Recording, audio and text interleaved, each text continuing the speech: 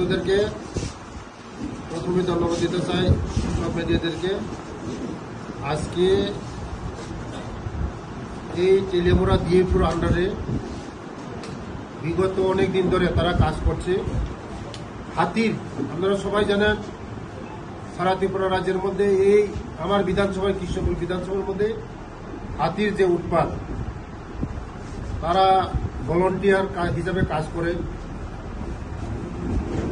তাদের সঙ্গে মিটিং বসেছি। তারা 42 জন কাজ করে, বিভিন্ন জায়গায় বিভিন্ন এরিয়ার মধ্যে তারা থাকে, ডিউটি করে।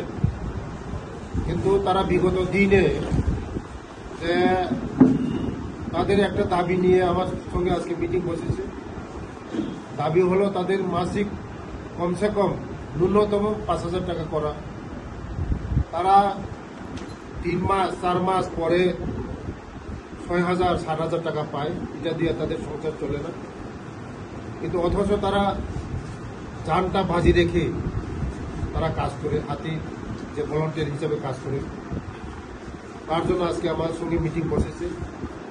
আমি বলেছি আমি ফরেস্ট মিনিস্টারের সঙ্গে কথা বলবো এবং পিসিসিএফ এর সঙ্গে কথা বলবো এবং ডিএপির সঙ্গে ডিএফওর সঙ্গে কথা বলেছে। তেলিয়ামুড়া কথা হয়েছে, আমি মিটিং করবো তাদের সঙ্গে, একসঙ্গে মিটিং করবো।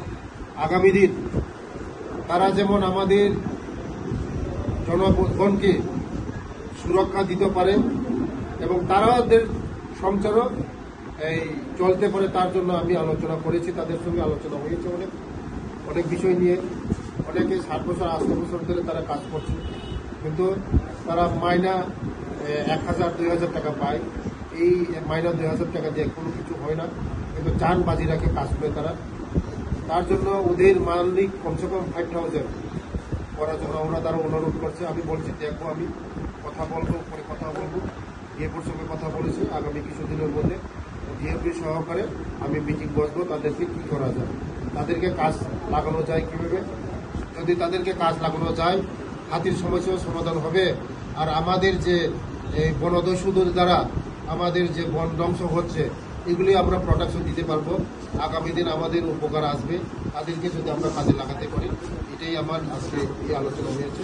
আগামী দিন তাদের সঙ্গে আলোচনা করব। Thank you.